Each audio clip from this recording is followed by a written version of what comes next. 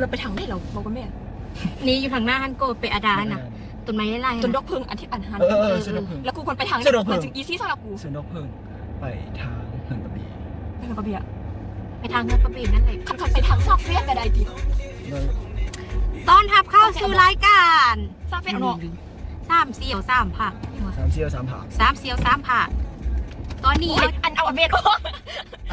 มุนมนยันหักอ่ะมุนตอนนี้เราจะไปซื้อต้นดอกผึ่งน้ำหนึ่งขับเงินเด้อวายแมวอีพวกที่เนดาเถียกูกระทึกยืดจะซื้อเห็ดเด้อซื้อขับจะเด้อกูกระทึกกว่าฝ่าพวงลุงมึงเคยจะเบิ้งดูทางล่างเบิ้งทางข้างมึงเอาเป็นเด็กหนุ่มเขาเลยเก็บเตี้ยไว้กูไปคิดไงฮะกูส่งคิดไงกูแล้วเราคิดไม่ลืมเลยยี่ที่ยิงเขาจริงเหียนปลาโดต้องซื้อปลาโดเลยมึงเหียนปลาโดรถเก่ามีเอ้าคือบ่ไปจานรถจานรถมึงโบเมนมึงเปิดอันนี้ตลอดทางมาเลยเอาเป็นยังบ่ไปเอาเย็บจำเย็บได้หรอกูว้ายโทรศัพท์ตกนี่มันทางตีเกียนเมื่อกี้กูว่าโอ้ยเบิ่งนี่ดูว้าว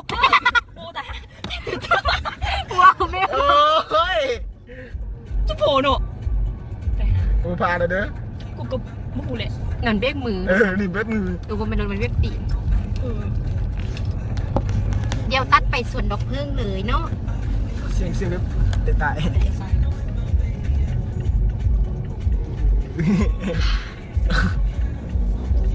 ใส่ดิใส่บุหรี่ใส่เดีย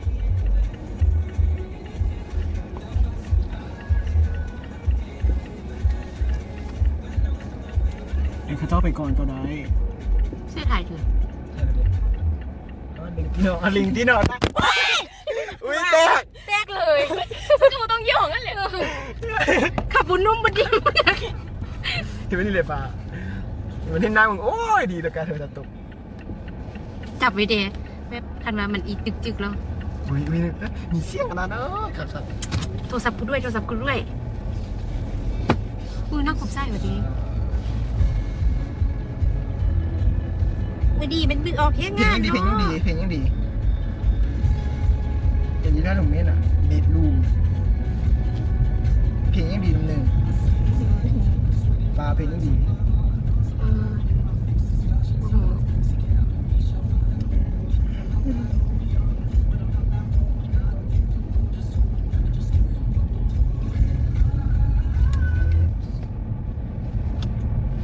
โอ้ยปอกกับดาบพี่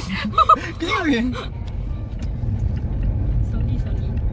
อันนี้แม่นการขับรถครั้งที่2ของน้ำหนึ่งรถเท่าเกียนนะจ๊ะเพลงขึ้นรางทุกวันเพลงของเพลงเป็นสั้นหนึ่งแต่ไม่มีวันกันสักทีจนนั้นสูงเกินจะไฟเว้นนำอย่าสู้เข้มอะไรกันได้นี่ด้านเว็บเท่าเกียนอีกนี่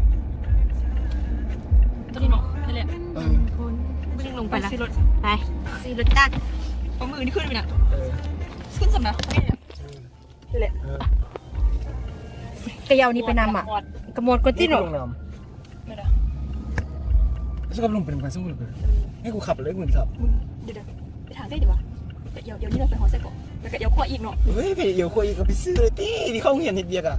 เราก็ต้องบนกำวันนี้เห็ดเบียกอ่ะเห็ดโอ้พี่บาจะซื้อเขากำลังทำเลยมาซื้ออันนี้เลยไปลงก่อนแม่กูขับไปซื้อส่วนดอกเพิ่งกับโบมีเนาะตอนนี้จะไปเส้นขั่วอีซ่ากูไปปะนะควรแค่โค้งเงินมึงนะพี่เม็ดพวกน่ะอันทางโค้งเงินอีฟ้าเลยนะเนาะมีเม็ดน่าจะมีดิเอาใส่ให้ไหมฮัลโหลอันนี้แม่จิแล้ว Hi guys today we are gonna buy some make dog sunflower เด็ดวันอะไรวะไปซื้อเลยเดี๋ยวโดนดาริกต้องตัดวินสันฟาวเวอร์ลูกดาวเฮืองลูกตัดวินเบื้องทางเด็ดเลยเบื้องทาง we are gonna talk to English okay we are going to buy some dog for plant spider but ขับดีเนาะno it's bad oh no oh my god Oh my god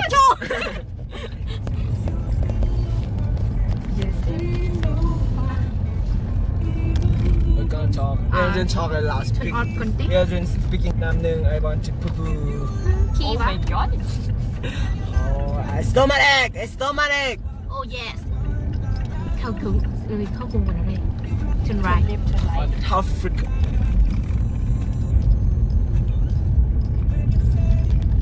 oh my god yes yeah excite เอ็นยังก็ x นี่วะ oh เดี๋ยว ตามกัน accident Accident. Accident. drive carefully because เดี๋ยวก่อน Accident. โอ้ยตัวหนู you will have an ตามล่าง accident แบ๊ะ สวัสดีค่ะอุ้ย โอ้ย สบายดีมื้อนี้เขากำลังมาซื้อเนาะแล้วเขาจะมาสอนภาษาอังกฤษ วันขับ เนาะคำนี้มื้อนี้ฉันจะมาสอนคือค ปูปู ำปุ๊บปุ๊บ แต่ว่า I want to poo poo. คือ I want to for example นะคะเรีย I น want to poo poo. ก็คือฉันปวดขี้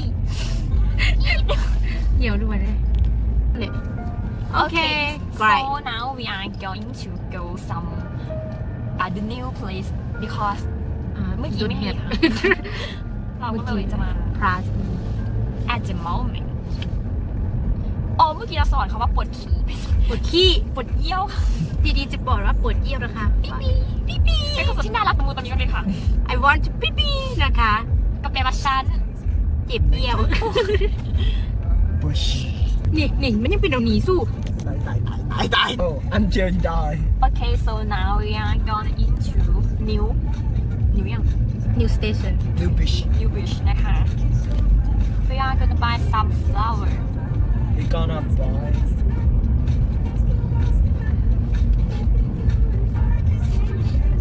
Fried chicken. ยังเป็นแบบเป็นเสียงนี่ครับว่าเป็นอะไร แบบคือ แค่เลย อาทิตย์หน้านะคะวีคหน้าฟ้าจะไปดัดฟันนะคะ อันนี้ ไปดัดฟันที่เวียง เป็น จัน เชียน ทร์ range นะคะเป็นแคปิตอลของสปปลาว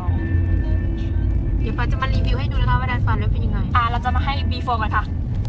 ข้างขาด้านซ้ายด้านขวาค่ะ What day you want to go Thai 27 of of เรียกว่าเดือนเก่าออกกัด September เซ็นชั่นเลย ออกกัดเป็นเดือนยังเหรอ 8 and then when we go back to school we will cheer my friend play badminton ตีแบด ฟ้าร้องเพลงให้ทุกคนฟัง Where is the shop Go hot today ไฟโอเคไปหันมันยืน ไปทันก่อนไปทันก่อน ไม่สน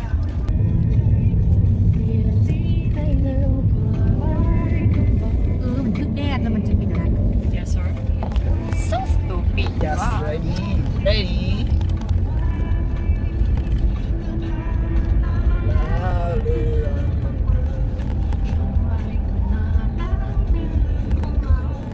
ผ่านไปตั้งนานสวัสดีครับคุณครู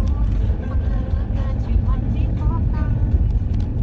Good morning teacher how are you today I'm fine I'm okay หรือบนแขนก่อนและมิชชั่นของเรา ใช่ผู้หญิงใส่เสื้อจุดหลับฮะ คือการสลับผม คือการตามหาเม็ดดาวเรืองนะคะ เมล็ดพันธุ์เมล็ดดอกดาวเรือง ให้ฟัง ที่ กระ คุณ บอก ครู เห็ด ให้ เป็นก มิ ระ ช บอก ชั่น เห็ด ของเรา อันนี้นี่แหละมีเงินไหม Yes ไม่มีเท่าไหร่ เมื่อกี้ได้มีได้นะ โก้ เดี๋ยวมันยืม50,000หนึ่ง โบคุยไปเปียงเราไปซื้อเปียงกิน มันอยู่กับเวลา โอเคเราจะไปดูนะคะ นี่ก็เป็นปินกล่องไม่ได้ นี่นะคะร้านที่เราจะไป Hello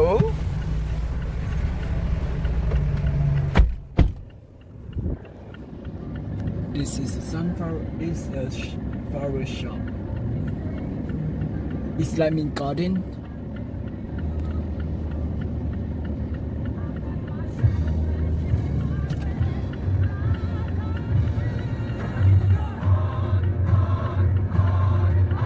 I think this don't have. I think this don't have. Look at my fan. Look at my fan. It's. I think it didn't have.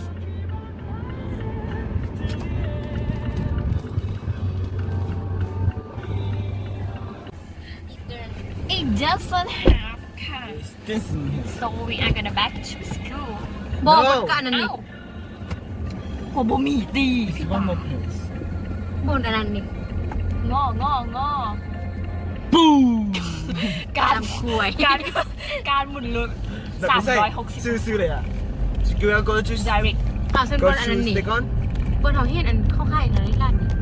มันข้ามผ่านงานแล้วสาวบ่มีกระเดียวปะกลัวไปกับบ่มีดอก เอาผักบงไปทำปุ๊บกันเลยอ่ะ ทำไมถึงหน้าใหญ่จัง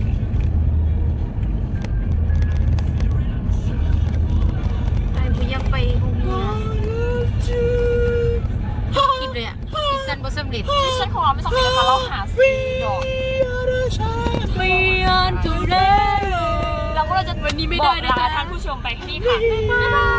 ย อย่าลืมสุดท้ายกดไลค์กดแชร์ตริงติงติงติงตะลิงติงติง